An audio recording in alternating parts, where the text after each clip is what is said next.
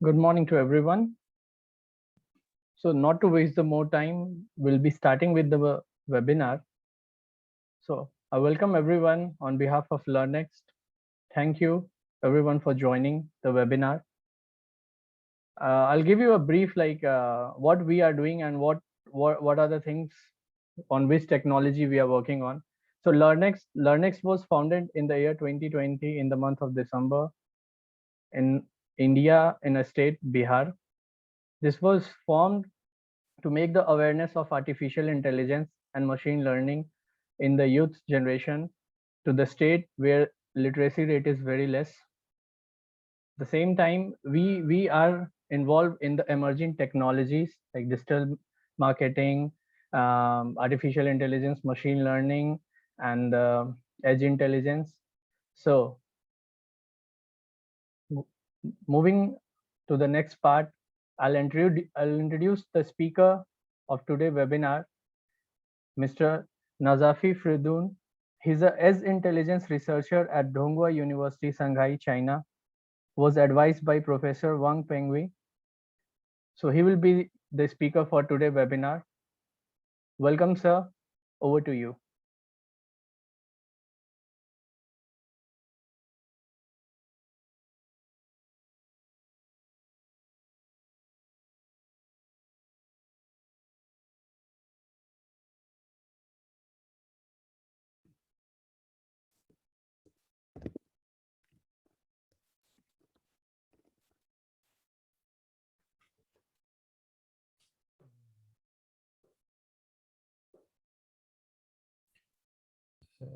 Shall we start the webinar?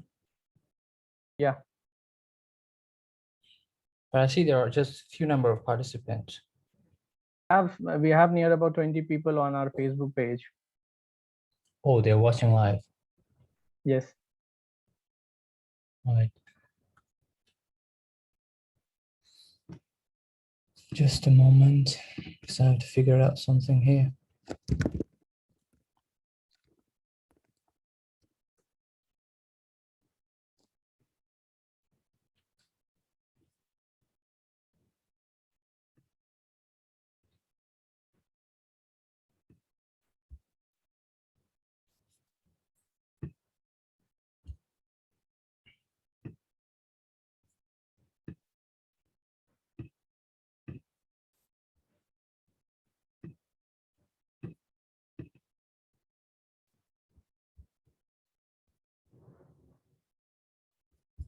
Sorry for the delay. I have to figure something here.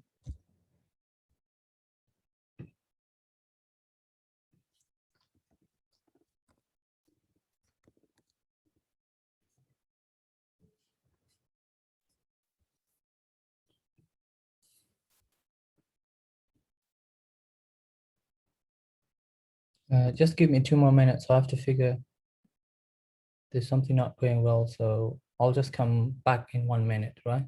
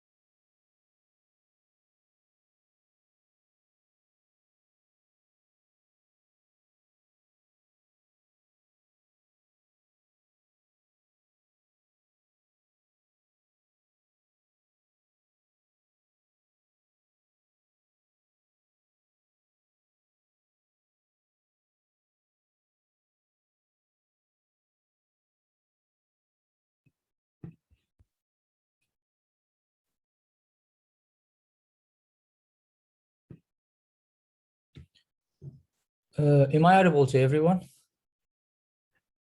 Yes. Yeah, so we would like to start our program. There are still many people that they are willing to join the program, so I have to admit them because I'm the host, right?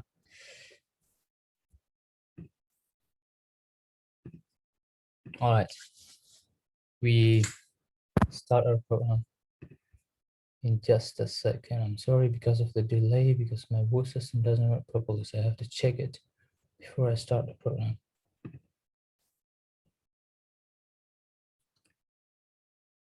Can you see my screen? Yes. All right.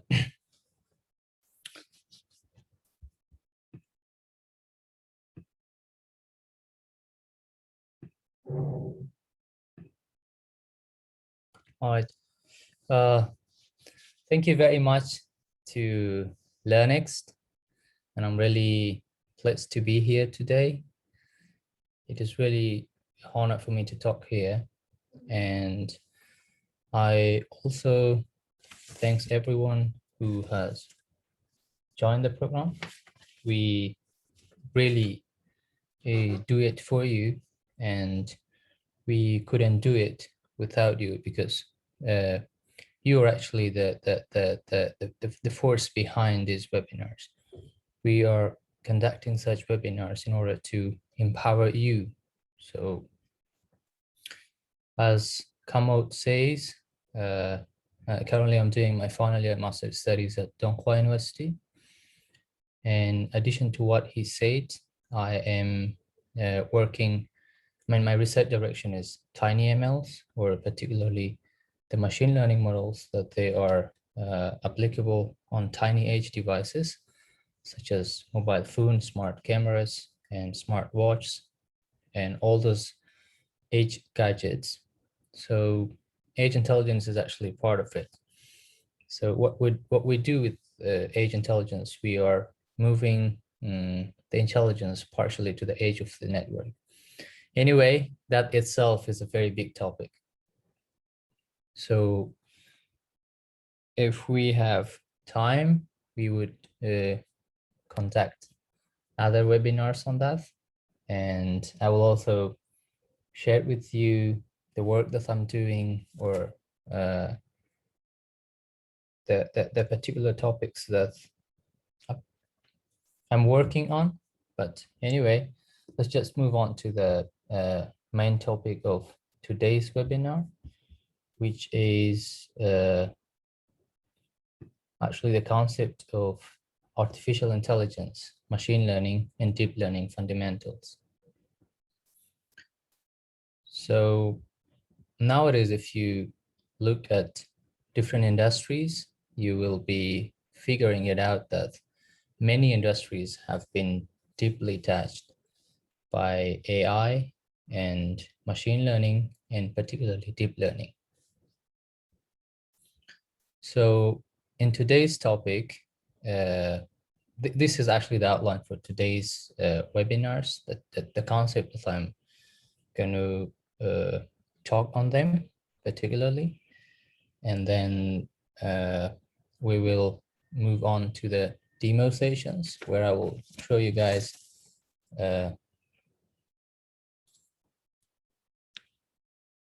sorry, there are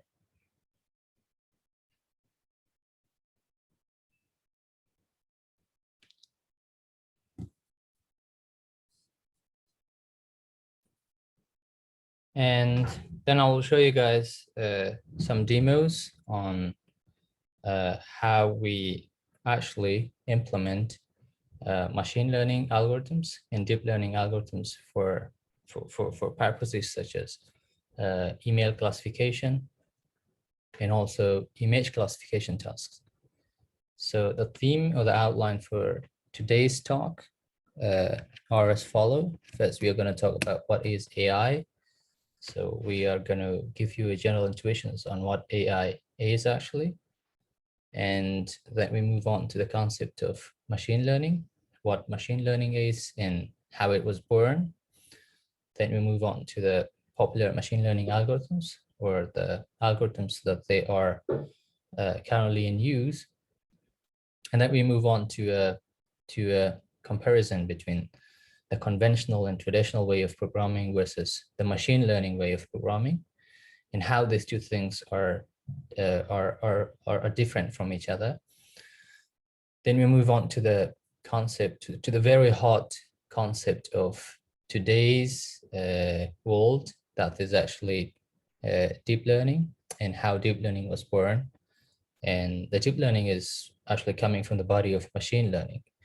And while I'm talking about the concept, I'll move on to the board and I'll just demonstrate you how the concept of deep learning is, and how it is different from the machine learning way of achieving AI or approaching AI. Then we move on to the next concept, that is why deep learning is a buzzword today. I mean, deep learning is really not a very fancy topic or a very new topic that we say it was born just recently, but now why it is going to why it is the buzzword today, what are the reasons behind it. Like this concept is really not very new, that we say, yeah, it was just born recently, but what is the force behind it that deep learning is has got so popular just recently. And then we move on to the application of AI, machine learning and deep learning. I'll be talking about some of the application of AI, machine learning and deep learning in the car industry. And yeah, at the end, we will compare machine learning and deep learning versus human, how some of those algorithms are really outperforming human beings.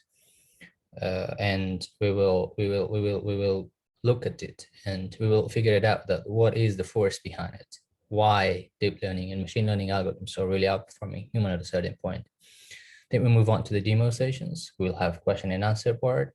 You guys will ask your own questions, and then we will I will try my best to answer your questions if they are really into the domain that I am into. But if not, we will make sure to find a reasonable answer for you guys and try to get back to you through the WhatsApp group that we have, or even we will be able to send you a personal mail in case if your question is big enough and you need more explanation about that. So with that being said, let's just move on to the concept of what AI is. So if you go to the internet and if you go and search for the definition of AI and look for it into different books that has been written about AI or artificial intelligence, what will you figure out is these definitions. Yeah, this is a definitions that is generally accepted by many AI enthusiasts and also many AI researchers. They believe that this is actually a perfect definition that can tell what really AI is. So the definition goes this way. AI refers to a broad class of systems that enable machine to mimic advanced human capabilities. And this is not really a new definition that you say it's just a recent definition. This definition was given during 1950s. So now, if we just look at these definitions, we will figure it out that it has two parts. We say that AI referred to a broad class of systems that enable machine, right? Machine is like any machine. It's computer, it is mobile, it is other sort of machines that they are not in the form of PC or in the form of computer, in the form of mobile. And then the next part of definition is that mimic advanced human capabilities. Now, this machine has to mimic, has to copy, has to do the same thing that a human is capable of doing it, right? Now, in order to demystify these definitions, first we need to talk about what are those advanced human capabilities. And then we will, talk about how machine is able to mimic those human behaviors, right? That way, like we broke these definitions into two parts. We said that first, machine, AI enable machine to mimic advanced human capabilities, and the second part is how or what are those human capabilities that that machines are trying to mimic them, right? So here I have listed some of those advanced human capabilities that humans are capable of doing it in a perfect way, where now AI is willing to make machine to do those stuff, right? Okay, here on the screen, you can see that I have listed 4 advanced human capabilities where I particularly talk about every of these capabilities that humans are able to do, and then we just look how we will be able to make machine to be able to do this, right? One of the very basic human capabilities that human is able to do that very well is object recognitions. Assume that you are walking down the street and you will be looking at your surroundings, like, right? You will be seeing a car, you will be seeing cyclists, you will be able to recognize motorcycle on the roads, you will be able to recognize pedestrian on the road, and and you'll also be able to recognize cars, I don't know, different road signs, the flower on the side of the road, I don't know, the shop, the bakery, that is a pastry shop, that's a restaurant. So that is how good human is in recognizing the objects around them. And we all know that why human is very good at it. It's because human has learned those old things during the time that they have lived, right? For instance, let's assume that someone is 20 years old now, and he is going to he's going to the street, right? Then just because he has seen many of those objects throughout his life from the age of, let's say, 3 to 20, then now he's able to recognize all those objects around him or in his environment with almost 100% accuracy. But we have to consider one thing, that human is the human that we are talking about is a human with no conditions. Like, we're not talking about someone who is sick, we're not talking about someone who is ill, we're talking about someone who is who's having no condition at all, and he's a complete and healthy human being. So he has been learning these all stuff throughout his life, and now when he go outside, he is able to recognize the object around him very perfectly with a very high accuracy. So one of those tasks were object recognitions. Let's move to the other task, that the other advanced human capabilities that human is able to do that very well. That is the task of image classifications. Assume that you want to that you have a picture. In that picture, you have the photo of a dog and a cat, maybe a photo of a wolf, fox, lion, rabbit, I don't know, mouse, and you just show it to a human being. By human being, I consider that I'm telling that human being with no conditions, like he's a healthy and perfect guy with enough experiences, right? So when you show this picture to him, he will be definitely able to identify the photos into that picture. I mean, he will be able to tell you that, yeah, that is a picture of a dog. That's the picture of a cat. In that picture, you see the photo of a wolf. Yeah, there's a rabbit. There's a lion. There's a tiger. There's a giraffe. I don't know. There's a car. Whatever. So that's how image classification takes place, right? And human is very good at it. Human can do it very well. And the next advanced capability is that the next human advanced capability is driving car. Imagine a human is driving car down the road, and then a very instant situation is taking place. Let's say a kid is running to the car, and the human is capable of controlling that car very instantly in order to avoid that incident, right? He will just brake instantly, and he will stop the car in order to avoid that accident. So if we think of making machine to be able to do that, it might be very, very difficult. It might be very, very challenging task for a machine to do that. But in the later slide, you will know how the programmers, the researchers, they figured it out, that how we are able to make machine to be able to do that, right? To be able to work at that precision level that human is able to do that. Let's say if a kid is running on the car and there's just a matter of seconds, the machine or the car itself can decide whether to stop or not. And the car itself is trying to avoid the accident, is trying to avoid taking that kid down, right? So that is really a very powerful capabilities that human is having. Now, with the help of deep learning and machine learning, that researchers are trying to make the machines to be able to have that level of precision to do that task, right?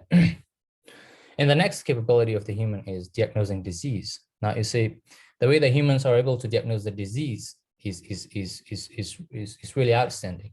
You see, all the things that we have nowadays in our life is because of those all years of research. Many people, they have lost their life, right, in this way. Let's suppose if they were trying to discover a medicine for let's say for a disease, right? They didn't have any idea at the very initial state, right? At the very infancy state, they didn't have any idea. So they did experiment, and then they met someone to use that medicine. If it was going well, that was perfect. But if the guy was losing his life, then that was also something acceptable for all this research community, because they were willing to do something great, right? So through the hundreds of years of experience, now the human is able to diagnose the diseases with a very high precision. But on the contrary, I think it was 2018 that I read an article. It was about how precisely the CNN model is able to diagnose breast cancer, even with a higher precision than human being. Like in that studies, they addressed that now there are some CNN models or some deep learning models that they are able to identify and to classify the diseases, especially the breast cancers, with higher level of accuracy and precision than a human being. And that was really wonderful for me. I really wondered, and I said, how it is possible. You know, it's really questionable for a perfect human being. It's really a questionable matter, like how the machine would be able to do such a great task within just a short period of time. You see, this concept of deep learning is a very new concept. I mean, the way they got to know how to implement this thing is just from 2013, when the first model of CNN won the competition from the ImageNet. That's when they started to use the CNN for different purposes in different domains. And you see, in just from 2013 to 2021, it's just 8 years, I think, if my math is good. I don't know, my math is not very good. So anyway, it's just 8 years. So within 8 years, imagine that a model or an algorithm is able to identify the cancer disease with higher precision than human and higher accuracy than a good human being, than a doctor who has been working in that concept since years and years. That is really perfect. So imagine what will happen in the future, what will happen in the 40 years, what will happen in the 50 years. So we have a long way to go. And I don't know what me particularly, I don't know what's the future of deep learning. What will be the future of deep learning? I don't think there might be a single thing that is not being touched by deep learning and AI at all. So now the question is, okay, these are just the tasks that humans are able to do that very well, but I'm sorry. Let me just mute my phone. I'm sorry for the disturbance here. So now the question is how the human will be able to do this task. Sorry, how the machine will be able to do that. Like the human is able to do that. So now how the machine will be able to do that, how the machine will be able to recognize the object, how the machine will be able to classify the image, how the machine will be able to drive the car with that level of precision. Of course, nobody's going to take the risk to take a car and just put it on the road, and they don't care about what will happen later. Like if the car go and just crash on the road and kill 10, 20 people, it's not acceptable for the community. We cannot do that at all. We cannot we cannot come with a system and say, yeah, this system is precise enough, accurate enough, and we just implement it on a self-driving cars and just let the car take the road. And then what's going to happen? Nobody will care about it. It's not like that. We have to consider every factors when we are talking about implementing deep learning or AI into your daily life, right? And you see the matter of diagnosing disease, how important it is. When you're trying to, let's say, identify cancer in someone, like you have to be precise enough to understand what are really those features of a cancer. And you see the early detection of cancer is going to take place by machine learning and deep learning model nowadays. And it's even taking place more accurately than what was happening earlier. Like the early detection of cancer is really a big matter. You can save somebody's life, really, if you let that guy to know that he or she is suffering from the cancer. Then there are treatments that he or she can go for it, and he or she can save their life from the cancer. He or she can defeat the cancer if he or she is being detected correctly that he or she is suffering from the cancer disease. And that is really a big matter. We have to be very precise enough. It's not a gamble, like you just win or loss. It's not like that. When we want to implement this thing, we have to win. Like we consider that we must be able to win the game.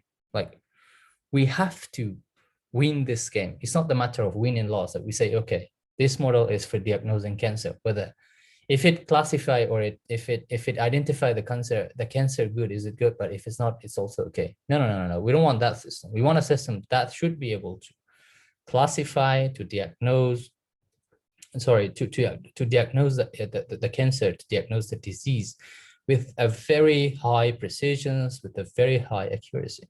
So now the question is, how will we be able to do that? It's really a big question. It's not really an easy task. So now there are millions of question marks in our head that how will it be able to? So now to understand that, let's just assume this simple example. I'm going to tell you, and by the way, I have to add something here. I want this program to be sort of interactive. If there's a question I'm asking in the webinar, I request anyone who is able to answer that question so that they have to unmute themselves, and they have to share their ideas and thoughts with the group. If they are able to do that, that will be very perfect. I'll be very happy if they are going to do that. So okay, let's move on to the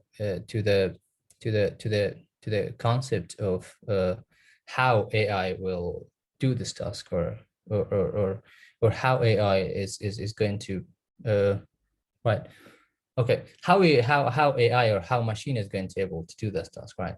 So we just consider a very simple example of a baby who is just trying to classify the images of dogs and cats. Like they are trying to they're trying to classify what is it to be like a cat, right? What is it to be like a dog? If we talk precisely, like we say, how will you look?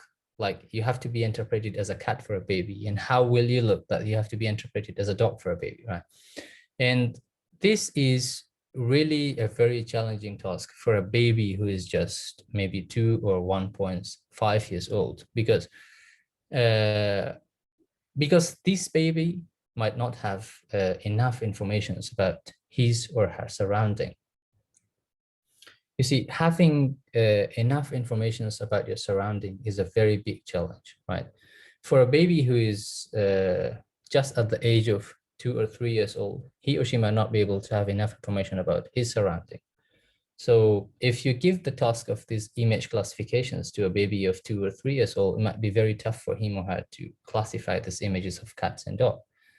But whereas if we have a baby who has already been taught about these things, like maybe his or her parents has bought her or him a pet, and then he or she knows really what a cat is and what a dog is.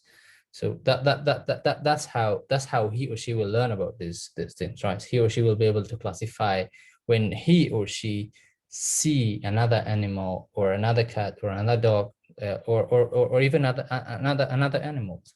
Like maybe this baby is having a cat, so but this baby might not have a lion at his house. So when a baby is going to the zoo and baby is looking at the lion, there is an intuition in the head of baby, at the head of the baby, that yeah, it just looked similar to what I have at house. Like maybe the baby will tell to his mom, yeah, that's a cat, but that's how baby's knowledge or history is allowing him or her to do that, because that's what baby is interpreting into his or her head, because baby really doesn't understand what is it to look like a lion, right? Because he or she doesn't have any idea about what a lion is like, or what a horse is like, but he is having a good knowledge about cat. So that was like this concept of how human learn from the environment, how human learns from his or her surrounding, make the head of the computer researchers busy with itself. That's it. Why we don't think of making the machine to learn just like the same way the human learn? Like they said, if we just implement the concept of human methodology for learning to a machine, what will be the income for it? So, sorry, what will be the output for it? Will we be able to implement that concept to, will we be able to implement the concept of human way of learning to the machine, right? So, but then the researchers figured out that if we want to do this task, so we must have enough knowledge, like we must have enough knowledge in our head, we must have enough knowledge about our environment. Like you must have enough knowledge on what is really happening around you, and then you will be generalizing that knowledge that you have already in your head to the new unseen data. As I said, like the baby might have a cat in the house, but the baby might not have a lion in his house, right? When the baby is going to the zoo, he is having a basic knowledge of, let's say, an animal with 4 legs, with 2 pointy ear, with round eyes.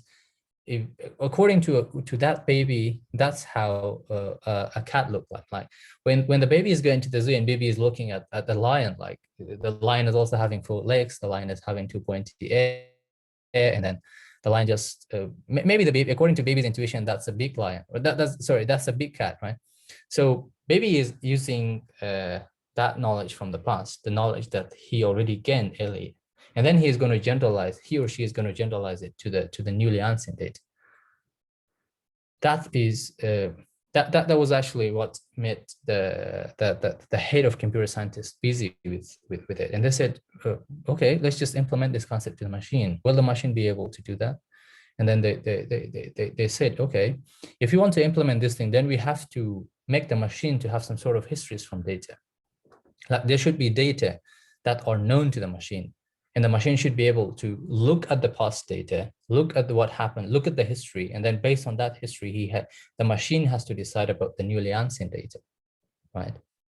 But without doing that, without having a history, without having an already existing data, or without a prior knowledge on something, it's like mission impossible. It's not really impossible, that you have no idea about your surrounding, and then you go and judge about something. Just like this baby, you take a baby of 8 months old, and then you ask this baby, what is it to look like a cat? What is it to look like a dog? Well, the baby, that baby doesn't have any idea about it, right? It'll be very difficult for that baby to even think about of cat or dog, right? So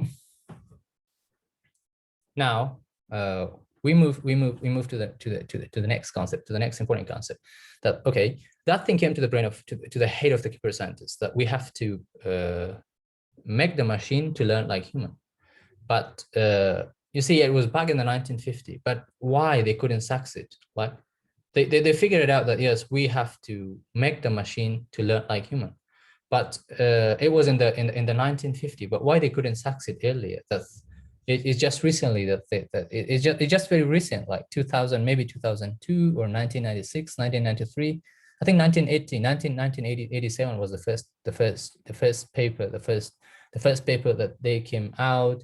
It was published on a very famous journal that was talking about the concept of machine learning. But you see, when the concept was demystified in 1953, and then the paper is coming on 1983, it's where, why? Now the question is, why in this gap, nothing came out and talk about these methods? Like, why the AI was not flourishing within this period of 20 to 30 years, between 1953 to 1987?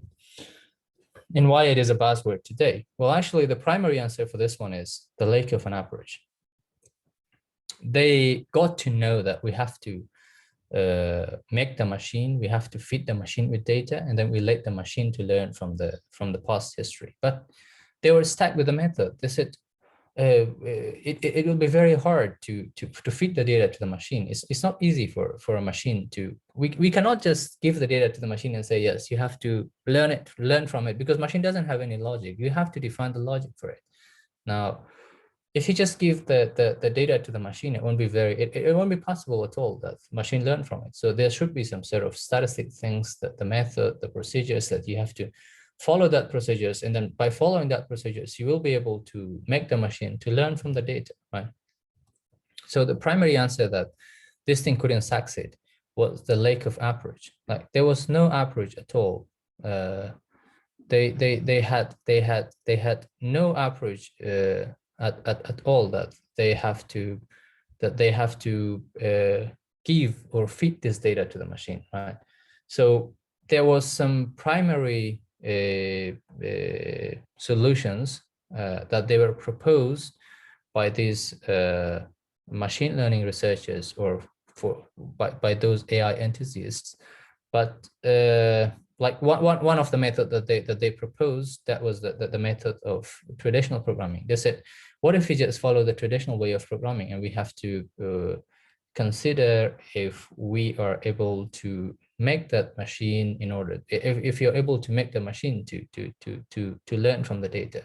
They said, okay, let's just define it. For instance, I have given you an example here, like A is equal to 10, B is equal to 20. Then if A is greater than B, you have to print the result is printed, else condition does not match, try again. So they said, okay, let's just take the data, and we have to define the set of if and then statements for it. And once the if and then statement and if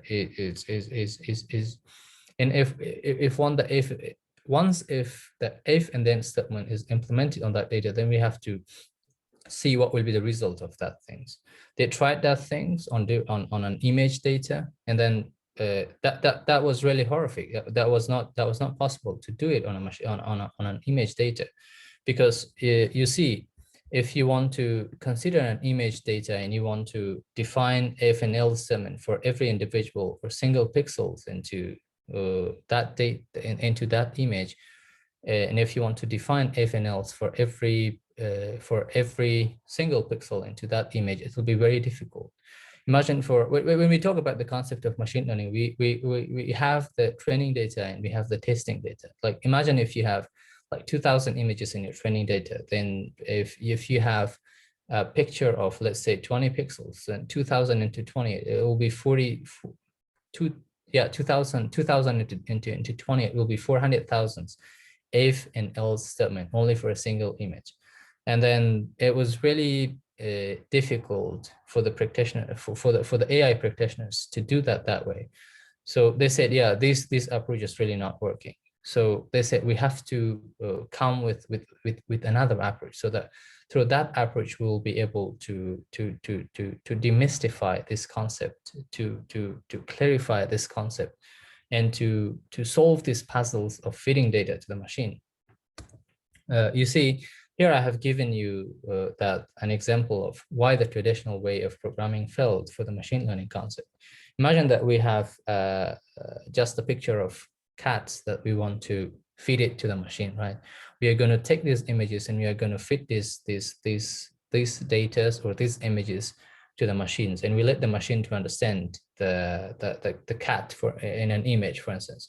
And we just want to build a model. Through that model, we are going to identify the pictures of a cat in an image, right?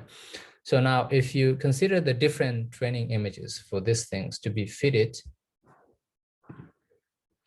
the different images to be fitted to the machine. So you see that there are different poses has been taken by this cat. So you have to define for every individual pixel. So you have to define F and L for every individual pixel. Imagine if the pixels are good in a very high quality, like we have a 5 MB pixels as we have today. We have 10 MB pixels, we have 20 MB pixels, or we have 30 MB pixels.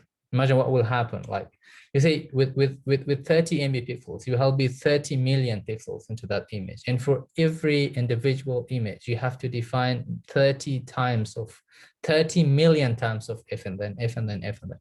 That will be impossible. That was impossible even at that time. They said they tried it, but they failed because they said that it's literally impossible to define F and then for high quality images. So they said this method doesn't really work. That was actually the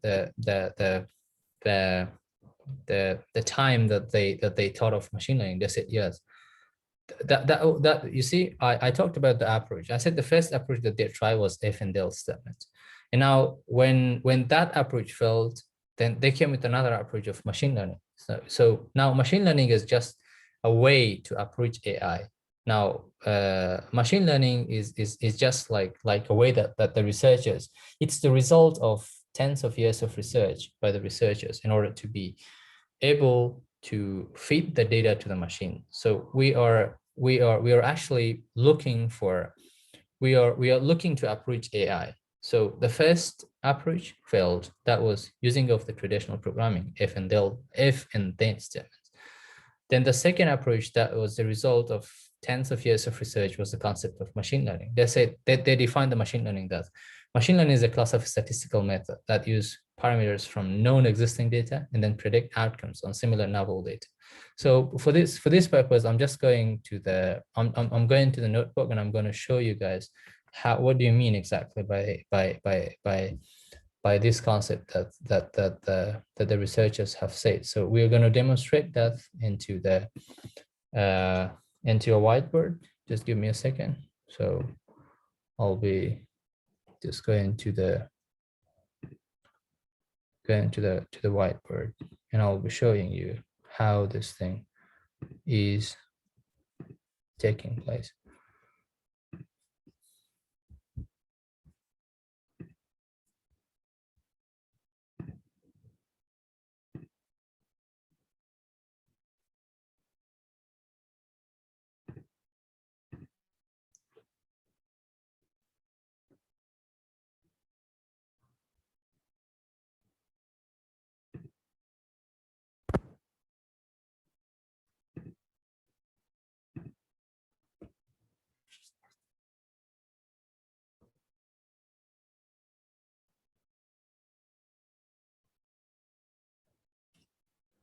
So you see, when we talk about the machine learning concept, we have to consider two very important concepts, that they are the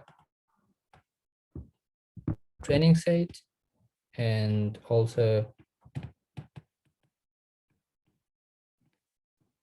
the testing set.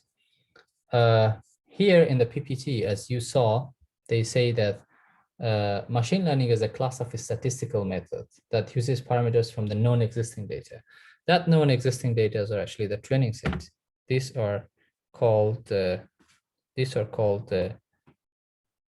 known existing data, right? Or the data that are known. And they say, okay, they are using the parameters on known existing data and then predict outcomes on similar novel data.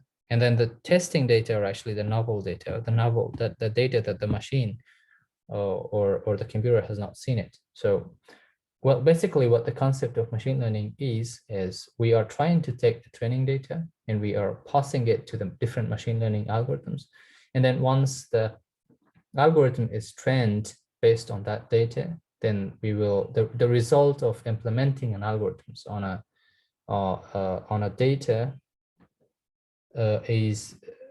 data is actually a model. That is I mean, if we take a training data and when we implement an algorithms on it, the result will be a model. right?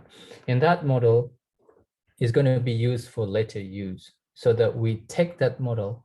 And now the second part of the definition is coming, that we are taking that already trained model on known data, and then we show that model some novel data, or the data that has not been seen by the machine so far. And we pass that novel data to the model, and that model will be able to make a predictions for us, right? So we have actually the training data, we have the training data, we take this and we pass it through an algorithm. These algorithms can be any algorithms, like it can be linear regressions, it can be logistic regressions. But remember that machine learning models are just statistical models. They're not like ANN models. They're not CNN. They are not RNN. They're just statistical models. So we take the training data, we pass it to the algorithms. And then the result of these algorithms, or the result of these algorithms, when this algorithm is implemented on the training data, then it will give us a model. That's called an ML model, right? A machine learning model.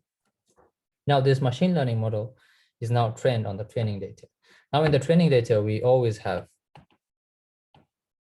the features and we have the target variables, right? So what machine learning algorithms are masters at is how to map these X1 into Y1s, like how they have to find a relationship between the features set of X and the output set of Y, and then they have to map it. Once they learn how to map those X's into Y's, then they will try to generalize that learned knowledge to the newly unseen data, right? Now, imagine that in the training data set, we have like X1, we have X2, we have X3, we have X4, and we have X5. And on the other side, the target set, we have Y1, we have Y2, we have Y3, we have Y4, we have Y5, and we have Y6, right? Not Y6. So now what this algorithm is able to do that is going to map this X1 into X2, X1 into Y1, X2 into Y2, X3 into Y3, X4 into Y4, and X5 into Y5. That is actually what machine learning is mastered. They are able to map very well the input set or the feature set from the X to the output set or the target variables. And then once they map that, they try to generalize that concept. They learn a knowledge from this mapping, right? This model or learning a mapping or learning a knowledge from this mapping. They say, okay, if these are the set of features or X's, and these are the set of Y's or outputs or targets, then how we are going to find the relationship between each X and the set of X's and each Y and the set of Y's. Now, once the model is able to map that things, then that will be transferred to the form of a model. Now, this model is master into mapping these things, but it's also but it's just mastered to do that in the training set, right? They just know how to do this task on the training set, not on the novel data set. The novel data set is something we call it the test set, right? The test set is actually a data set that's not known to the machine. Like the machine doesn't know. We also have the set of X's here and the set of Y's here, but these X's and Y's are not mapped to each other. Now the model itself has to be able to map these X's into Y. That is how we are calculating the accuracy and precision of the machine learning model. Like we are taking this test set and we pass it to the trained model, and then this model will be able to map it for us. They will try to be, this model will be able to find that, yes, what are the relationship between the set of the set of X's and the set of Y's. And then from there, they will give us an accuracy based on a matrix. They will be calculating this. They say, okay, this model is 90% accurate to map the values or the features in set X to the target variables or set Y. And then it's going to give you, and then it's going to give you an accuracy as a matrix or whatever F1 score. It depends on you what kind of metrics you are defining for it. And then based on that matrix, we will be able to evaluate how a model is working, how a model is performing. I hope this thing is clear. So when you move to the demo sessions, we'll be able to show you more concept on it, on how exactly this thing takes place, right?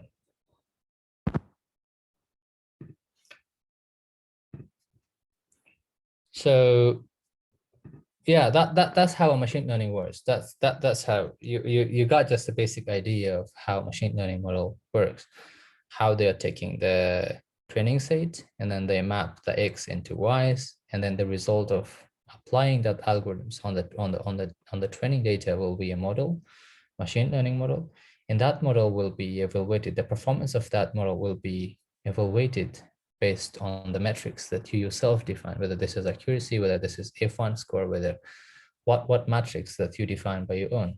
And then you pass the test data set into that model. That model will be able to figure it out, how to map the values in X set into the Y set.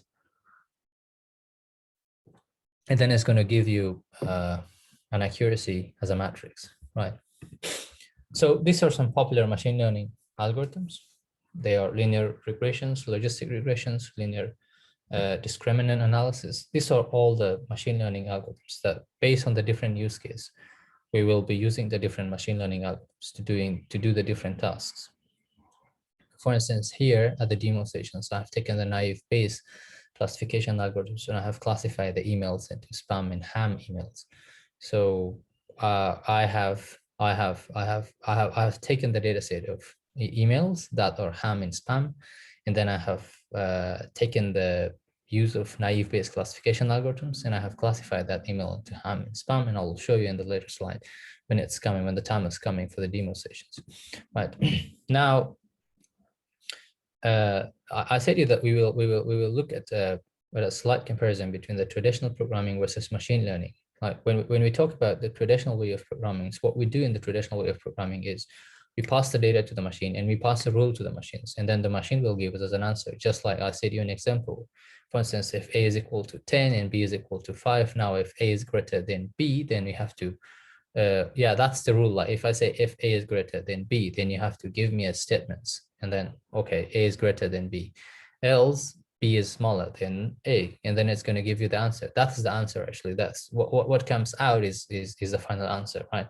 Whereas in the machine learning way of programming, it is different. Like we pass the data, we pass the known data or the training data to the machine, right? The training data is actually having the set of features or X's and the set of targets or Y. So we already know how to map or how these things are related to each other, how the X values are mapped to the Y values. And then we're passing that data to the machine, and we also pass the answers. Like we know the answer, right? If this X1 is this one, if the feature is this one, then the output will be that one. If the feature is this one, the output will be that one. And then we pass it to the machine. The machine will give us a rule. Rule is nothing but that model, that machine learning model, so that model will be used for later predictions use. Like we will take a newly or a newly or unseen data or novel data and then pass it to the model. That model will predict for us the final output for it, right? And consider when we work with the machine learning things, we're not going to pass every type of data to the machine in order to be trained. That is the job of data analyst and data scientists, that they have to clean the data. They have to, well, actually not the job of data scientists, but the job of data analysts to clean the data, to wrinkle the data, and then they have to make the data prepare.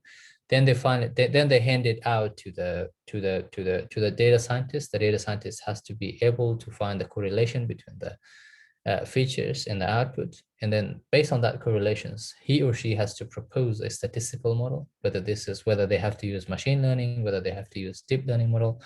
And then they have to pass it to the deep learning or the machine learning engineer to develop a model for it. Now, the main task, this task, when it takes place, it's the task of three important figures in the industry. Like one, the data analyst is going to analyze the data, is going to collect the data, is going to clean the data, is going to wrinkle the data. And that data will be passed to the data scientist. The data scientist use his or her statistical knowledge in order to figure it out. What are the relation and the correlation between the X and the Y's, or the features in X set in the output or the Y sets. And then they have to, based on the need that they have, based on the correlations that they have found out, they will hand it to the deep learning or to the machine learning engineers, and that the machine learning or the deep learning engineers will be able to make a model based on the correlations and relations that has been identified by the data scientist, right? So now up to this point, we have figured it out that how machine learning was born. But back in the old days, when the researchers were able to do that task, when the researchers figured it out that they have to they figured out how to feed data to the machine, then they said, is it the time to really relax? They said, no, it's not really the time to relax, because they found out that the variety of data are really a lot. I mean, there are really some data set that we cannot work with them with machine learning algorithms, because machine learning algorithms are good at certain tasks, but not for many other tasks. Like, for instance, if you want to do the image classification task, it might be very hard for a machine learning algorithm to do that, or it's literally impossible. Even if they do it, they will not be able to do it with a very high accuracy and precision. So they said, we have to think of, they said, okay, but their question was still how the human being was learning, right?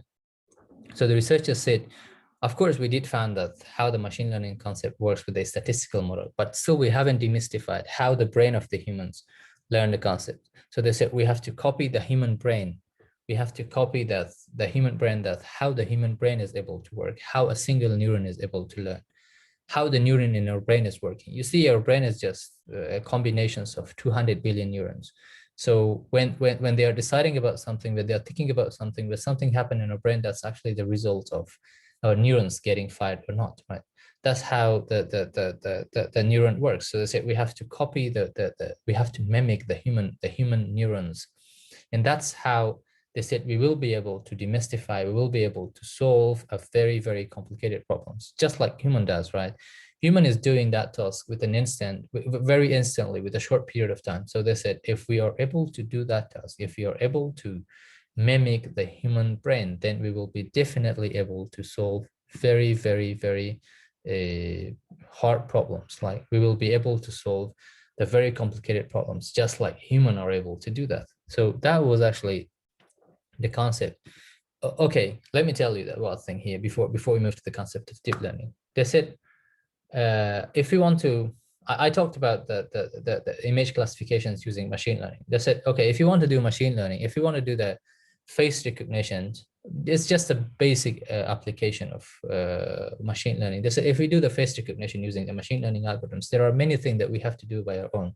Like, we have to do it, the human being has to do it by themselves. Like, there are many features that they themselves has to find it, and they have to feed those features to the machine learning algorithms. As you can see here now, this is actually an image of the human pictures. Then there will be different features like F1 up to FK. The features has to be defined. These features like roundness of face, the distance between eyes, nose width, eye socket depth, cheekbone structure, jawline length, and etc. They have to be defined by the machine learning engineers, and then they have to feed these features to the algorithms, that they are SVM, random forest, naive Bayes decision tree, whatever algorithms that you use, and then that will be able to identify whether this picture is from the mark or not. This is really time consuming. This is time consuming, and this is very expensive. That is why the data scientist basic salary nowadays in the US start from $120,000, and that's a lot of money. You cannot maintain that kind of, because this task of manually extracting the features is not an easy task. That is really, really a hard task for a machine learning engineers or for a data scientist. So they said, no, it's not easy for us, because if we work with a very diverse data, it will be very, very hard for us in order to extract all the features from that data, and then we find those features and feed it to the machine. Many times when the humans are trying to extract the features, they won't be even able to extract the important features that is really important for machine learning models to be trained on, right? That is really a very tricky work. So they said, we have to come up with another method so that method will be able to help us a lot. They said, that was when they asked these questions. How if you mimic human brains, will it work? And then that was actually the concept behind the deep learning. They said we have to find a way so that we mimic the human neurons. And then that was actually the concept that was giving birth to a deep learning. They said, yes, if we talk about the deep learning, means we are really going into the learning process of the human brain. And then I have depicted here for you how the human neuron is working. So you see, a single neuron is composed of three parts. That is the dendrite, the axon, and the synapses. When the synapse is taking message from another neurons, then that will be passed through the axon to the dendrite. When the dendrite of a particular neuron is getting a message, getting an electric pulse, and then electric pulse, if this neuron is going to get activated by that electric pulse, then the dendrite of that particular neurons will get activated, will get fired, and that will pass that message to another neurons, to another neurons, to another neurons. And that's not an easy concept that we say, because nobody in the world knows what will happen inside the human, what is happening inside the human head, what really happens inside the human head, or how the human will learn the concept. In the human brain, it's just like a black box. Nobody has any idea how these things happen. But this is actually the basic intuitions behind the human neurons, the single neurons, how a single neuron is getting to get activated or try or give feedback to a certain instances, right? It takes the message from the synapse, then it's going to pass it to the axon, then to the dendrite, and then the dendrite will get activated based on the electric pulse that has reached to that dendrite. If that dendrite is activated, then it's going to pass that message. That electric pulse will be passed to another neurons, and then they will just send the feedback, right? That's how it's going to happen. So the researchers said, let's just do it like the same way that the neuron is working. They said, we have to take the input, we have to take the neurons as an input, as a dendrite, where you can just collect the informations, where you can just collect the informations from different entities, from the different features. Like as you can see here, they said, let's just assume that as a dendrite, where you can, where it's connected to the other neurons that are coming from here, or the other inputs that they are coming here. Then they have to be passed to this, throughout these connections, they will be passed to this cell body. That's actually the cell body of these things, right? This is the cell body of the neurons. They said it has to be passed to the cell body. And then the cell body is having two parts. Like the cell body in an artificial neural network has two parts. One is the linear transformations, and one other and the other one is the activation functions, right? The activation function is just like acting similar to the activations of this neuron, human neurons, right? So when the linear transformation is giving you an output, then that output of Y will be passed to an activation functions. There are many activation functions that are being used today in deep learning industry. So the very important one that is being used for the image classification task is the sigmoid functions. There are ReLU, 10H, Leakey ReLU, and then it's going to give you the output. So just give me a second. We move back to the slide, and I'm going to show you how these activation functions work, right? The activation functions, I will show you how it works.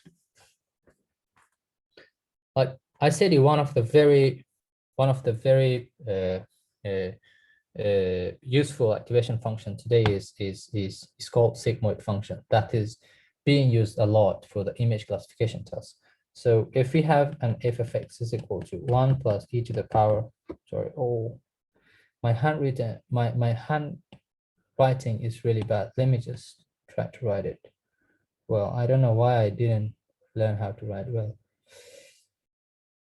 Anyway, one of the activation function is sigmoid function. The sigmoid function is actually like this: 1 plus e to the power minus x. Like you see, when we talk about the artificial neuron is actually having two parts. This one is the linear transformation part, and this one is the activation part. The linear transformation is giving you the output of this. Let's say a linear transformation of ax plus b is taking place here. Now this is y, so the final output of y will be given to the activation parts, and this y is going to decide whether this neuron has to be activated or not. In order to understand how this activation is working, we just f of x is equal to y, then f of x is equal to 1 plus e to the power minus y, right? Now, if the value of this y is a very big value, then these activation functions. Okay, the activation function, why we use activation function? The activation function is going to just shorten the range of the number that we get. Like here, it's going to give you just a value between 0 and 1 in case of the sigmoid functions. Then the value is going to give you between -1 and 1 values. So it's just going to simplify the things for us. That's why we use activation functions. So here in this case, for instance, if the y value from the linear transformation is a very big number, so this y will be something like 0.001. So this is a very close value to the 0. So it will be considered, after it's passed to the activation function, it will be considered as 0. It will be rounded off to 0. And this, if this y value from the linear transformation is coming in, it's a very small number, then it's going to give you a very big number, close to, let's say 0.9. Okay, so the activation function will consider it as a 1. So 0 and 1, right? So when it is 0, they say that this neuron is not activated. And when it's 1, they say that this neuron is activated. And if it is not activated, then it's not going to pass any information to the next neuron. But when it's activated, it's going to pass the information to the next neuron, and the next neuron will take the input. They will do this linear transformation for part, and then they will just send it to the other activation functions, and that it will check whether that neuron will get activated or not. So when we talk about an artificial neural networks, we're actually talking about the billions, but the billions and billions of neurons that are into that networks. So the basic structure of an artificial neural network is this way. Like we have the input layers, we have the input layer, and then we have the hidden layer. This is actually the hidden layer that we have no idea about it, what is going to happen into that. And then we have the output layer. This is the output layer. This is the hidden layer. So remember that the connection between the artificial neural networks are a dense connections. Like every neuron in the first layer is connected to every other neuron in the next layer, right? This is how the structure is. Like this neuron is connected to every other neuron, and this neuron is likewise. This neuron is connected to every other neurons. This neuron is connected to every other, and this neuron is connected to every other neurons. Now this is the output. Here is going to give you 0 or 1. Like let's suppose we're using this ANN for classification of images of cat and dog. We say that 0 is cat and 0 is not cat and 1 is cat, right? If the activations in the last layer of this neuron is going to give you 1, then this neuron will light up. This neuron will get activated, and then it's going to give you a probability of, let's say, 0.85% probability that this is a cat, and it's going to give you an activation, so let's say 0.009% that is not a cat, right? So that is how the output layer and the activation functions in a single neuron is working. When the input is just being passed through the input to the hidden into the output layer is just going to give you a probability of whether that thing is the target variable that you're looking for or not. It's just going to give you based on probabilities. So these things are really a complex math. So you have to have basic intuitions of how this thing works. Here, I have just given you the basic intuition of how this thing works, but actually these things are really a very, very big concept of math. So to know that, you have to have a very good knowledge of math. So, right. Now we talked about the artificial neural networks, and then so if we talk in general that how deep learning, machine learning, and AI are related to each other.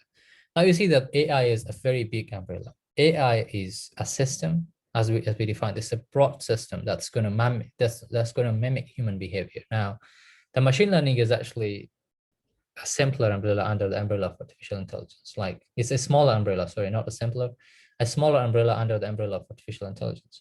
So what machine learning is doing is going to show you an approach how to feed data to the machine, like how to feed data to the machine, and how to take the novel data. And you have to make predictions on the novel data once the model is trained with the machine learning algorithms, right?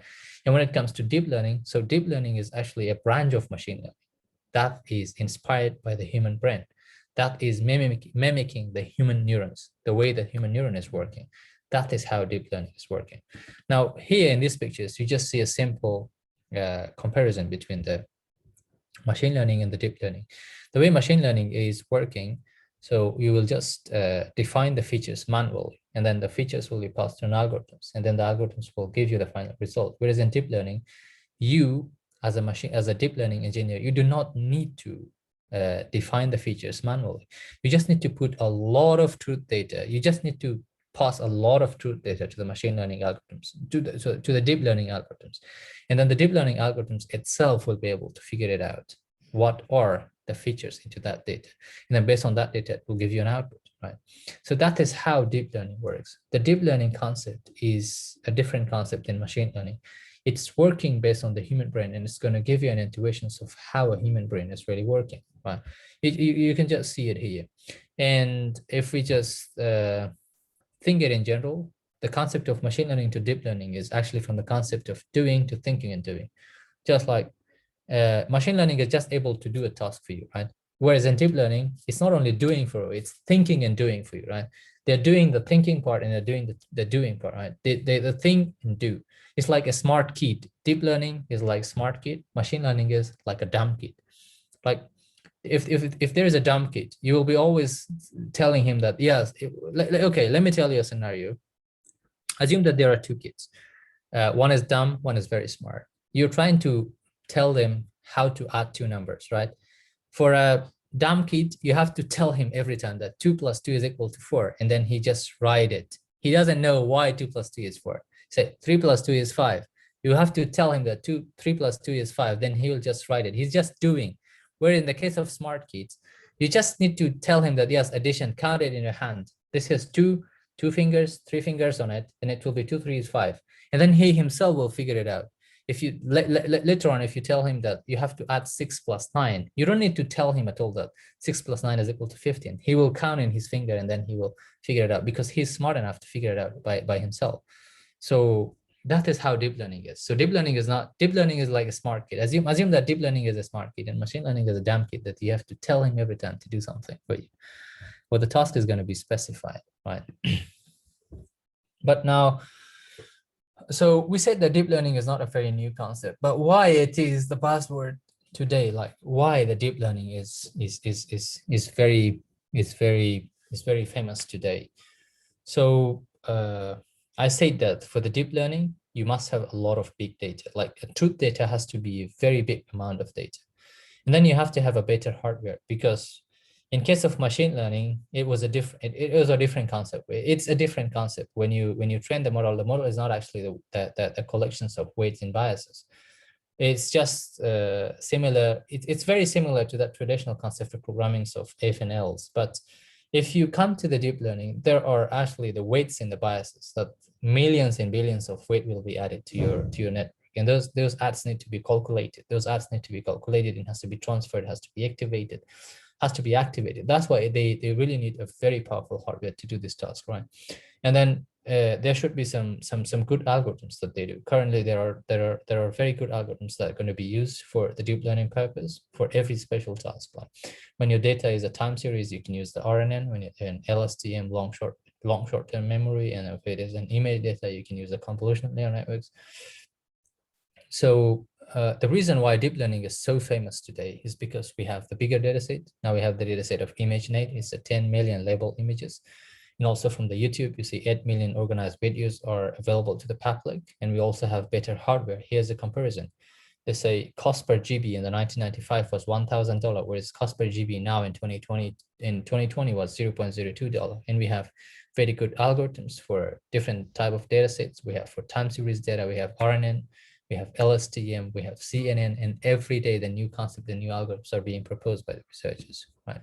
These are the different applications that we can use deep learning nowadays. We're using the image recognitions. Here's a satellite image that they're going to identify the buildings, the trees, the cars, and then we have the natural language processing. It has a lot of use in business. You can see that nowadays in business, there are many chatbots that they can even understand your feelings, how your feelings is about their products, and then they will just respond accordingly. Now, the video classification is also a very important task. Earlier in the early days, when the parents they left their kids at house, so the cameras were just monitoring them. But nowadays, with the help of video classifications, these cameras are smart enough to identify every threat that is threatening the kids. For instance, the kid is drowning into the water. So when the video is taken from that key, then it will be interpreted by that camera itself, or maybe by a more powerful hardware, and then it will be identified to the parents that yes, something is happening to your kids. So you have to take care of. You have to go and just rescue him. Likewise, there are many examples. Like if so, video classification is really having a lot of applications. You see, in terms of tabular data, we use it for time series data applications. You see, for the spam and not spam emails. So at the end of these sessions, we'll be having that, like we're classifying the spam and not spam emails. So the recommendation systems, how the websites are working nowadays. You see, once you sometimes it even happens that when you look, for instance, you look for a shoes, you look for a shoes on Amazon. Now you enter the name of the brand that you look for, a Nike shoes or for a Puma shoes. Then the Amazon website, or the Amazon website itself, because they have implemented the recommendation system for you, they're trying to grab all those products related to the Nike, started from the shirt, from the trousers, from the different style of shoes, and bring it for you, right?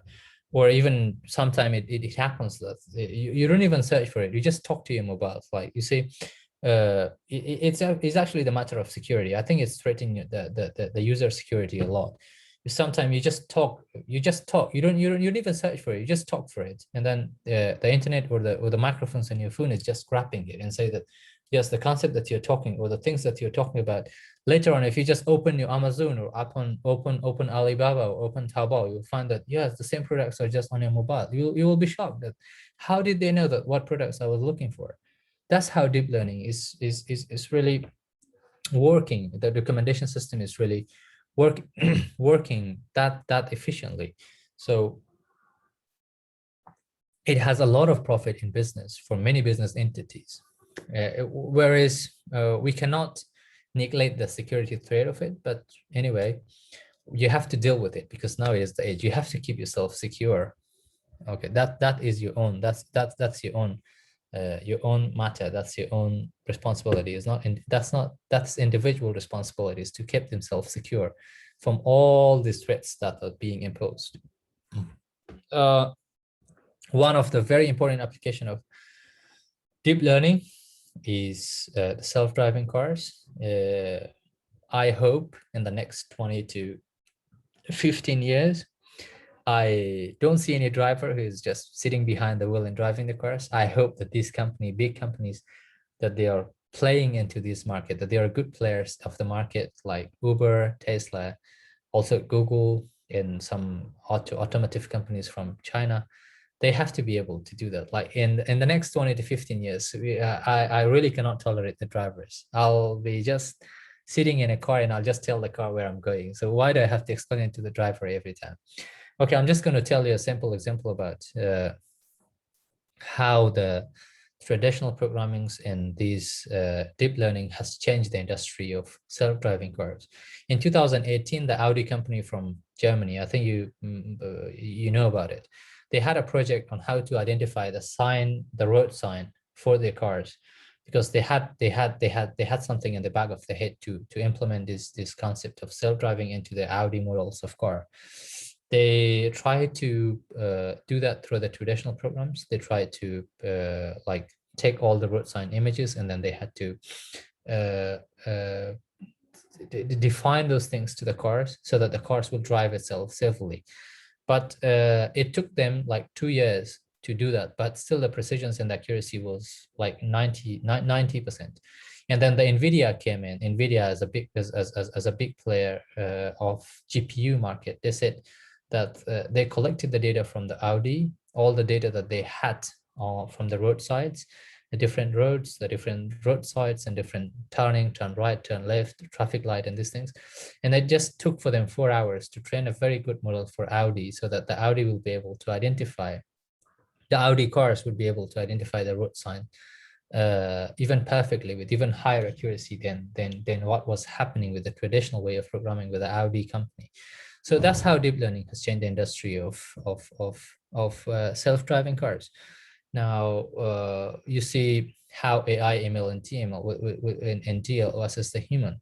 in the task of image recognitions, in 2010, you see how much the error was high. Like the error was 30% when the task was happening by a machine. Like 30% of the time, the machine was wrong how to classify or how to recognize an image. Whereas now at the present time, the error has gone even below 5%. Now a machine is able to identify or to recognize an object with even lower rate of error that is even below 5%. That's very accurate. And also for the speech recognitions, you see in 2000, that was with 25% error, where it's just decreasing gradually year after year. So now the speech recognitions model, they are able to do their task with almost 3% error rate, and the rest are just good. You see, now with the 99%, there are some algorithms that they can do it even with the 99% of accuracy to do something for you. Well, that's all for today. We will move on to the demo sections, but before that, we will have question and answer. I don't know how many people are left here. We have only 6 people here. And if there is anyone willing to ask some questions, they can just unmute themselves and they can ask something about the concept that we talked about. And if you are tired, you can just we can just take a break of, let's say, 5 to 10 minutes, and then we will just move on to the demo session. But if you are not willing to move to the demo sessions, you can also tell me. We can just end the meeting, and we can send you those all experiments or those all demo sessions in person. We will send it to your email. So if there's anyone having questions, they can just unmute themselves and ask me.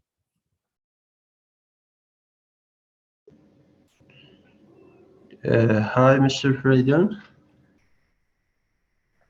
I can hear you, yes. I have a question. I couldn't find what's the relationship between the real neuron and the artificial neuron. I couldn't understand. All right. Any other question? I couldn't find very well what's the relationship between the real neuron and artificial neuron as you introduced it, single neuron. Right. I will answer that. I said, do you have any other question? So that I move to your answer. No. All right. So, okay, let me just explain you that neuron. See how the neuron is taking place. A single neuron is actually having 3 main components, right? One is the synapse, and then the axon. Okay, let me just go to the whiteboards, and I'll show you there. That will be, I think that will be good.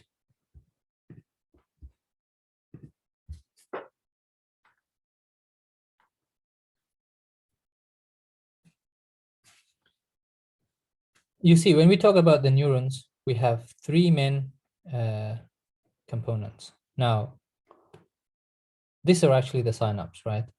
And then this synapse will just carry all the message, and then they will carry it to the dendrite. Dendrite is actually, yeah, this is the dendrite, and this is the axon part of the neuron, right? So I'm sorry for the drawing because my drawing is not good. I failed my drawing class when I was at grade 9 or 8. Anyway, so when the input is coming from this, from the, you see, I said we have 200 billion neuron in our head, right? So when the input is coming, this input is actually the output of the previous neurons. When the input is coming to the synapse, this synapse part of it will take it, and then they will just take this input from the previous neuron, they will pass it through the axon to the dendrite. The thing that is happening inside the dendrite, nobody knows. The science doesn't have an answer for it. And if everybody is, if anyone is able to do that, he or she will get the Nobel Prize. Now, what happened when this neuron is passing the message to the next neuron? That is what matters for the artificial neurons. Now, when the neuron is doing some sort of computations, whatever computation is that, because that is more of like electric pulse and a chemical reactions or whatever, then these neurons will get activated. I mean, these neurons will get fired.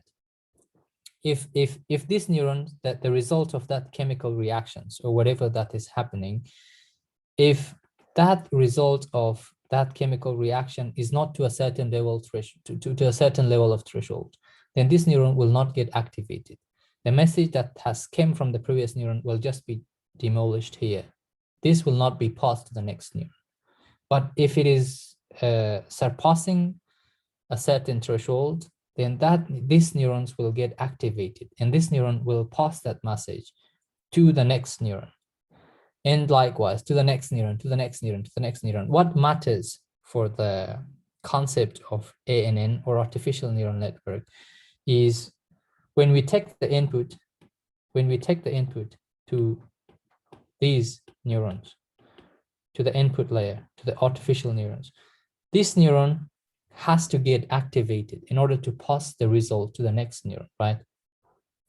So in the first part of these neurons, we are doing a linear transformation task. Let's assume that we are just doing a linear algebra, like, a linear equations. Y is equal to ax plus b. That is just a linear transformations. Like we have the input x, and then we have the y-intercept, and we have the bias. I don't know, this is the bias. I think this is the y-intercept. Yes, we just calculate these things, and then we get the result of the y, right? We get the result of the y. This y by its own this y by its own cannot activate the next neuron. So this y has to go through an activation function. So that activation function is giving a value within a threshold, just like this chemical threshold that we have here inside this neuron. So one of that activation function is called sigmoid functions.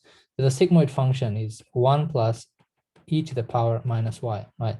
When this result from the y is coming, so the value of y will be just added, will be, how to say it, will be used here at these activation functions. And when these activation functions, when the value of this y is big enough, right? Okay, to consider this thing, that the sigmoid function is going to give values just between 1 and 0, right?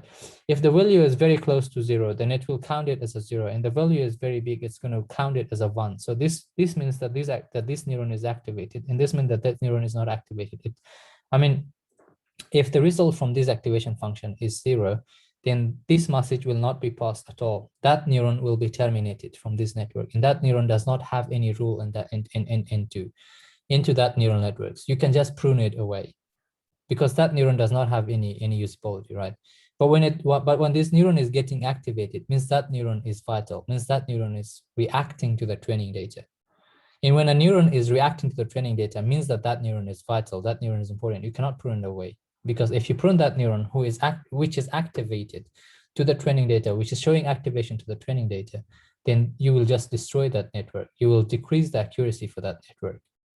I hope it's clear, but this is a very hard concept to explain it, because you have to understand the different activation functions so that you will be able to understand. Just now here, I've just talked about the activation function of sigmoid.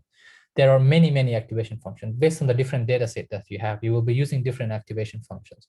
You will be using the different cost functions. You will be using the different optimization functions, because when we are solving a deep learning or machine learning problems, our main concept is to reduce the error, right? To reduce the error, or to reduce this error between the, to reduce the error between the y predicted and y, the thing that our model is giving us and the thing that is really existing, right? That's what we have to do. Like, we have to reduce the error between these two things, and then we have to optimize this problem. So machine learning and deep learning problem is the problem of optimization. It's not the problem of like increasing the accuracy. We're talking about the accuracy and precisions. It is I was talking about the metrics, that the metrics are accuracy and and precisions, but that is not actually the main thing we're looking for a deep learning problem. So what we look for is to solve an optimization problem, is to reduce the amount of error that we have for that particular things. It is to decrease the difference between the y predicted and y actual in our deep learning or machine learning problems.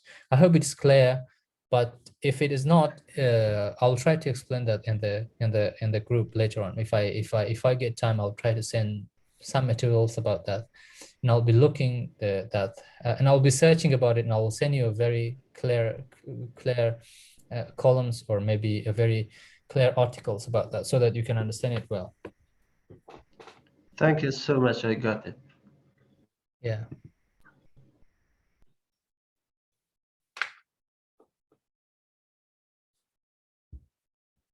Anybody else?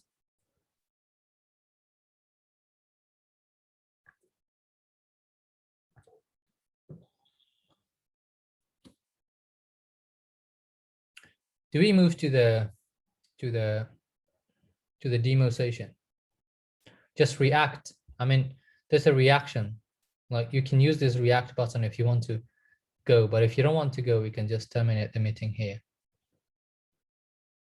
I want to see if we have to go or not.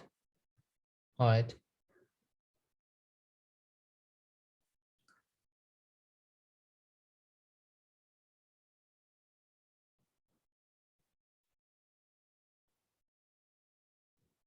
So let's just move on to the demo session. It's okay. We just move to the demo session. Yeah, Sharif, I got it. I will go. So we just move to the demo sessions. How the demo sessions will. All right. Now, so if you want to do this task, first you have to have the knowledge of Python, how you have to code with Python, right? The next thing, you must have some knowledge of data wrangling, right? And the next thing,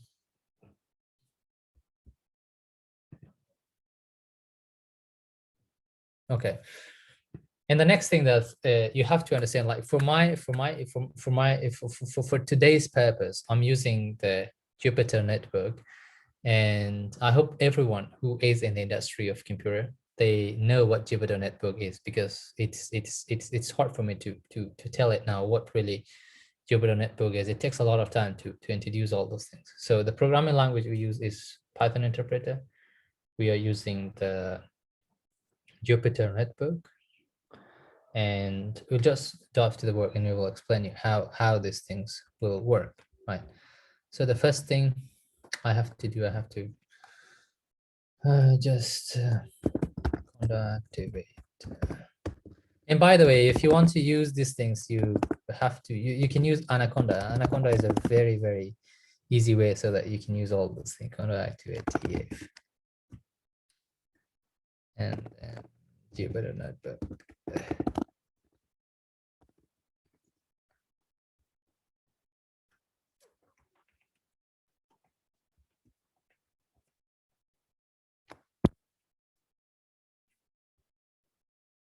Where is it? Where is it? Where is it? Where is it? Yeah.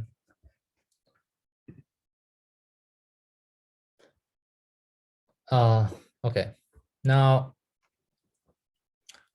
we move to the, where is it? Yeah. Okay. This is how it is. Yeah. So the first thing I'm going for a demo is taking an email, like an email data set. That email data set is called spam.csv. Let me show you how this spam CSV data set look like.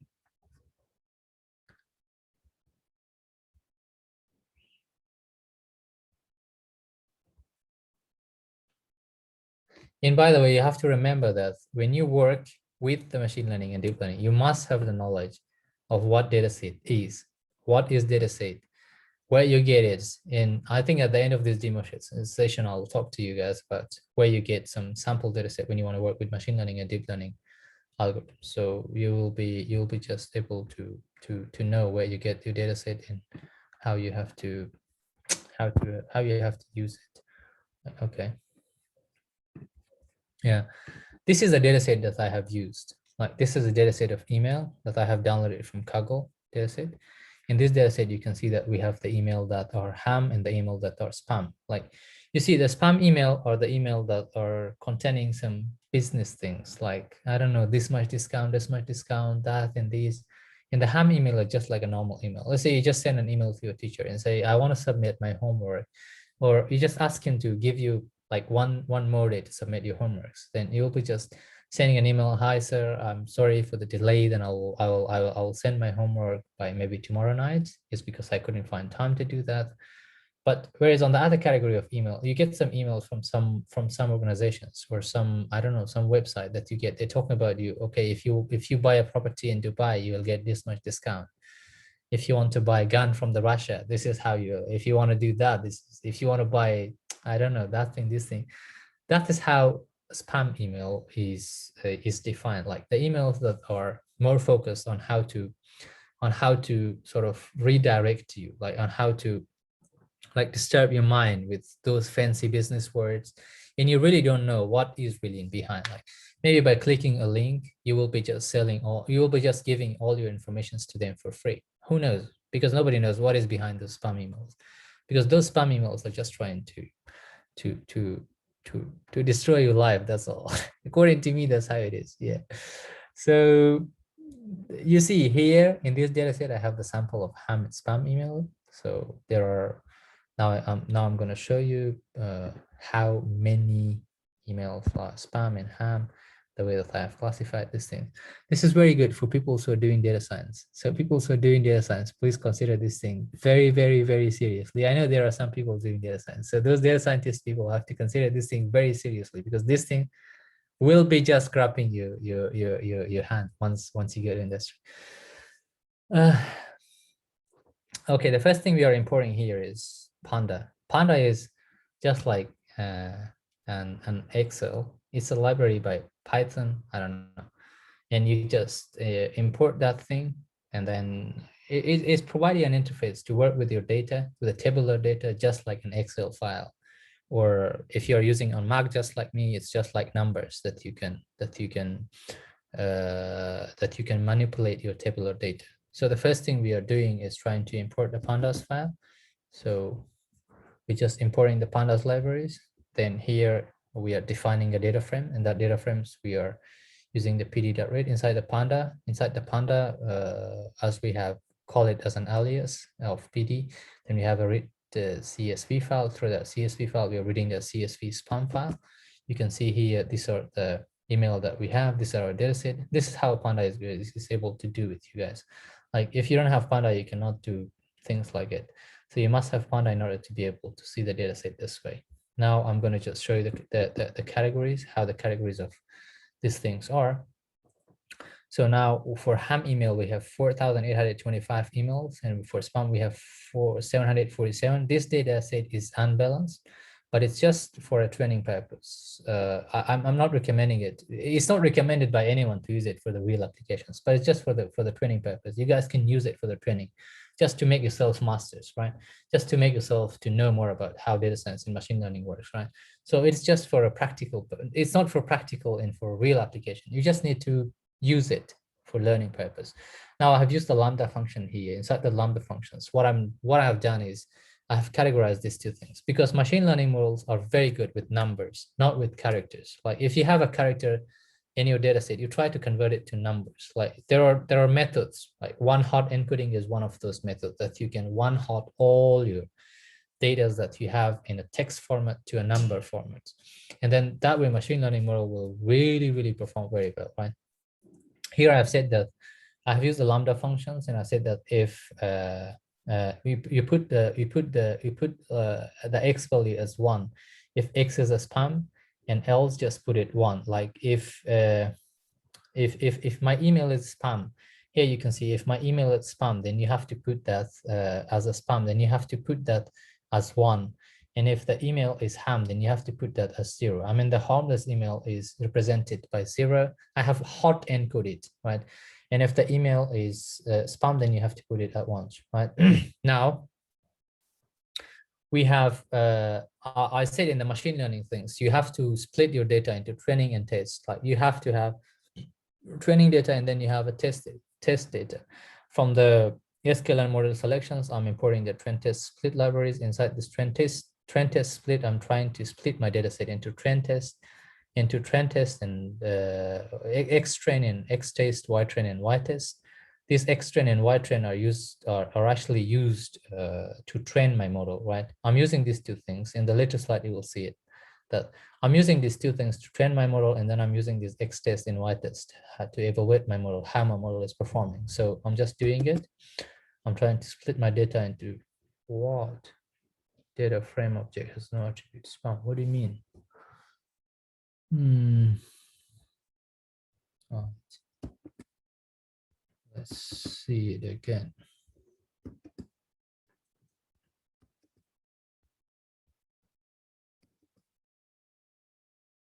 Yeah. So now that the data is split it into training test and test set, the training and test set, and now I have now I'm using the count vectorizer here. So the question that why I'm using count vectorizer is because you see we have just changed the ham and spam email into zeros and one, where the body of the email, these things are still characters. So the machine learning algorithm does not work well with the characters. So you have to change these things into vectors. Like the vector has to be fed into the machine learning model so that the model will perform well on, the model will perform, the machine learning model is performing well on vectors or numbers instead of characters. So I'm using the count vectorizer here. I'm sorry for the time shortage because I cannot just go into details. What the count vectorizer is doing is, I'm just explaining that in general, but it is taking the whole files and the whole emails that you have. It's going to look for every individual words that you have inside that email, and it's going to count the frequency of appearing that words into those documents, and then it's going to give a vector for you, just like you see here. This is going to give you a vector here. Now, from sklearn naive Bayes, this is a library. I'm using this machine learning model, multinomial naive Bayes. Naive Bayes are having different types of algorithms. One is multinomial naive Bayes, one is Bernoulli naive Bayes, and there's another naive Bayes as well. I forgot it. Anyway, so here I have just used that multinomial naive based. So I just put it the name model for it, model multinomial naive based, and here you see that model.feed. Feed is actually a function that's going to train the model. Now I've said that model.feed. I have passed the X train and Y train to the model in order to learn those maps inside the X set and the Y set. And then later I'm going to, yes, my multinomial model is trained. Now I'm going to pass these two emails to the model in order to see how this model, now my model is ready, right? The model is already trained here. The model.feed it has trained the model. And now I'm going to use this model in order to classify these two emails, whether this email is a ham and spam. It's just a very simple example. So I hope you guys don't be misdirected that this machine learning is really that easy. I know that many of you guys have knowledge about it, so you know that it's not that easy. So I'm just using it for the training purpose. I've just taken it so easy. Like this one is a very, like the first email you see, hi bro, can we watch Game of Thrones tonight? And up to 20% offers to win this prize. This is how things work, right? This one is like a ham email, just like you send an email to your professor and say that, yes, I am going to see you, I'm going to meet you tomorrow. But for the second one, it's more of like a business email. So you try to run it, and then you see that your model is really predicting it well. The result is 0. 0 means a ham email, and 1 is like a spam email. Like if you change these emails into, let's say you want to change this email into, hey teacher, I'm sorry, I cannot see you today, right? This is an email. This is a normal email that you want to send to your teacher. So you just want to see how the model is predicting whether that is a ham email or a spam email. You can see that now still is the model is telling that, yeah, this is a ham email. This is an email that does not have anything with the business stuffs and those things. So anyway, this is how the machine learning model is working. So you see it start with a data set. You have to have a data set. Then from that data set, you have to split that into training and test data set. You have to use the training data set, and you have to split your data set into training and test. You have to use the training part, train your model, and then you have to use the test part in order to evaluate your model. This is how it is. So then the later part is coming, the saving of that model and deploying it to the how to say it, to the industry or for real world application. Yes, that's another concept that we will consider later. So anyway, this was just a simple example about the machine learning things. So we'll just move on to the deep learning. I'm just going to show you another example about the deep learning things, how the deep learning concepts work. So for the deep learning things, I have used the MNIST datasets, and I have used the TensorFlow frameworks. I've used the Keras library. I hope these things are clear for you. And if it's not clear, maybe I'll try to post something in that WhatsApp group, and then you guys will just be able to read about this thing. So I've used the TensorFlow library, the TensorFlow frameworks, and I have used the MNIST dataset. In that MNIST dataset, I'm just trying to classify the images of handwritten digit, how the handwritten digit images. This is just a dataset, right? A dataset of handwritten image. Let me show you how this dataset looks like. Let me show you how the dataset looks like. Right. This is the dataset of handwritten digit. Like we use, it's called MNIST. MNIST, I don't know, something. It is from a institute in Canada that they have prepared this dataset, and they have just provided it to the public. So we have the handwritten digit of 0 to 9. We are just trying to take those images and try to make a machine learning model that should be able to classify between the handwritten digits. Like if you want to pass the number 1 and say that, yeah, this is 1, this is 2, this is 3, this is 9. So this is just a data set of images handwritten, so that you will be able to classify the numbers between 0 to 9. So for that thing as well, you need to understand what is really MNIST data set, and then you have to understand about the TensorFlow frameworks. And then frameworks is actually just like the Django or any other frameworks that you use for web developing things. But TensorFlow is a framework from Google. They have developed this for this purpose. And yes, TensorFlow is wonderful because Google is behind it, so nobody have doubt on it.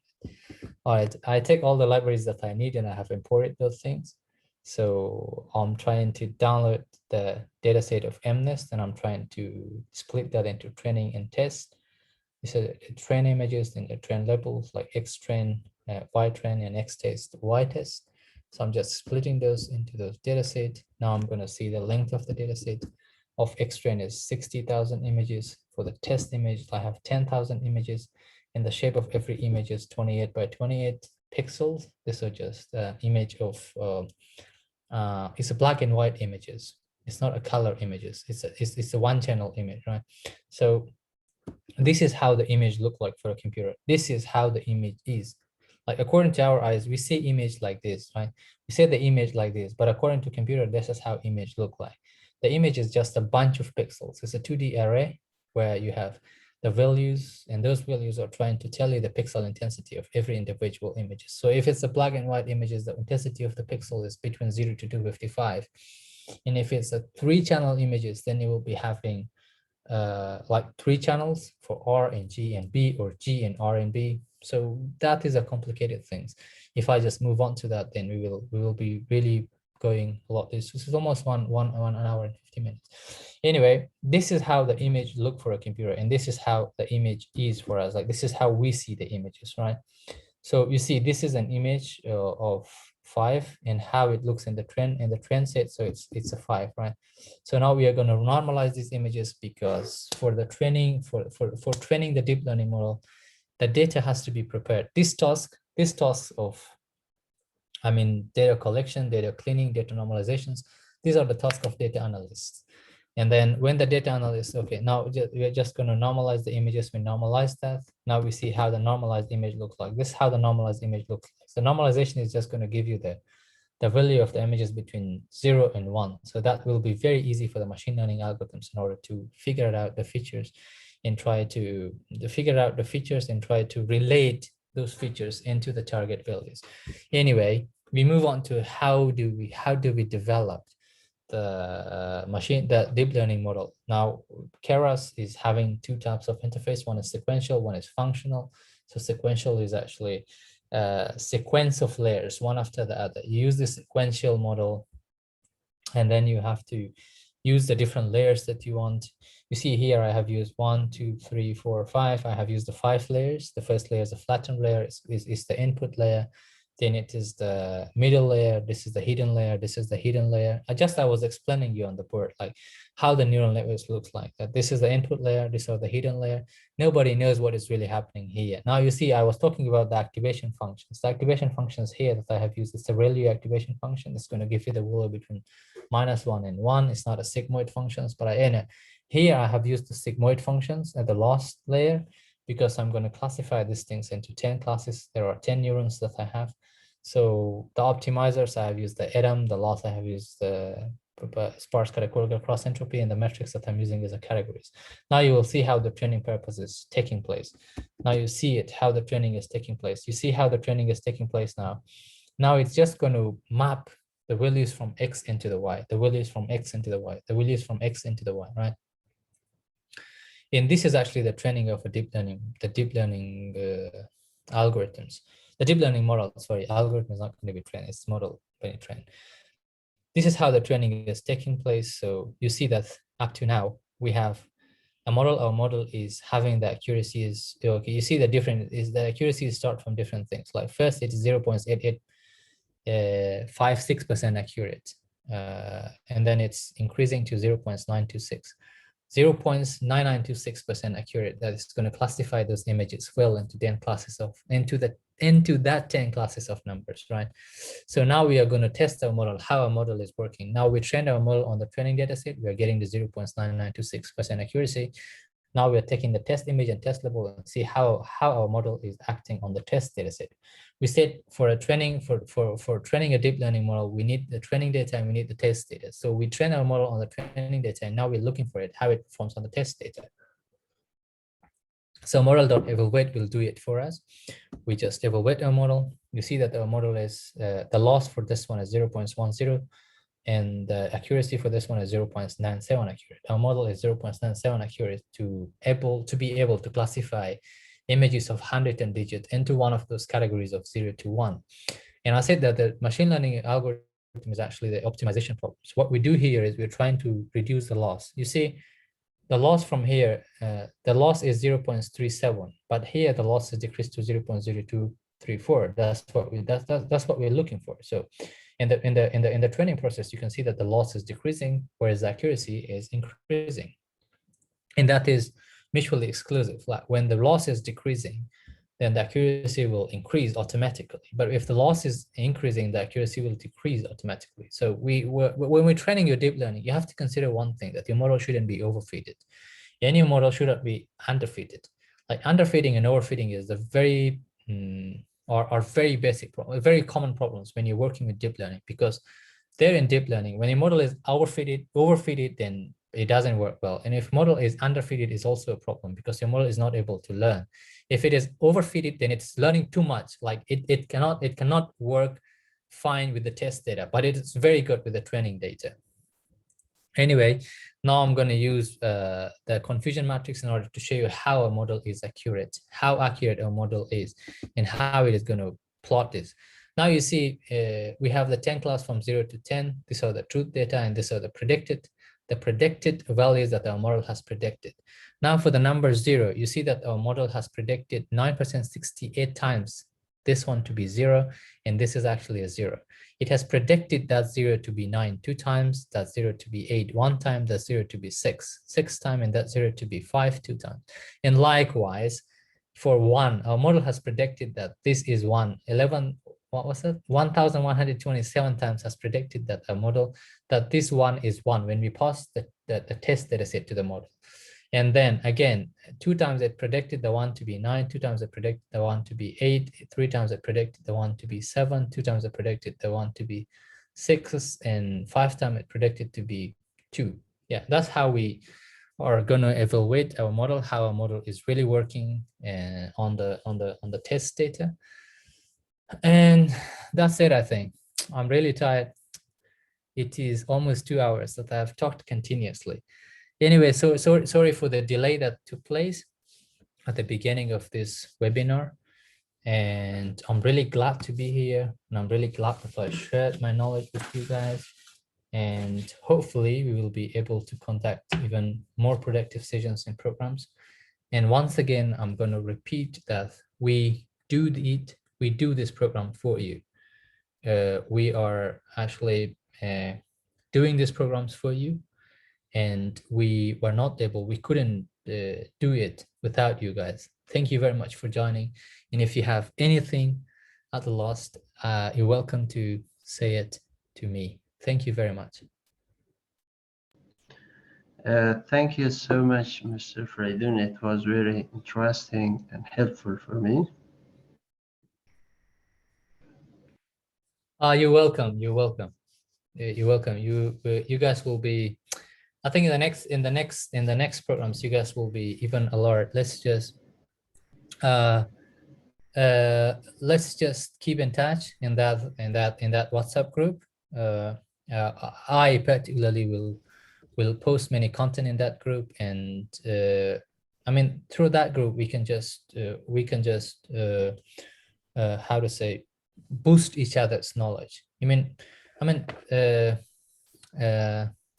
We will be able to help each other a lot. We'll be sharing contents that we think they are useful for all of us, because people who have joined these programs, they really have the I would say the interest into doing these stuff. So let's just keep that group active.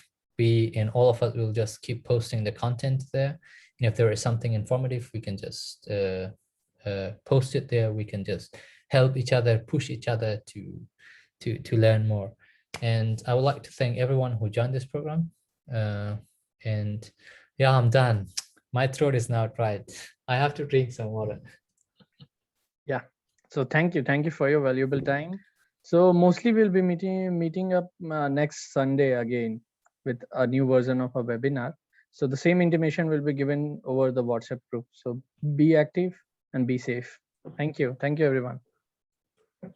Yeah, by the way, you have to keep safe. It is COVID. It's COVID period. That's the main thing. Especially in India. Indian and my friend from my countryman from Afghanistan. Please stay safe. Okay. Bye-bye. Yeah, bye.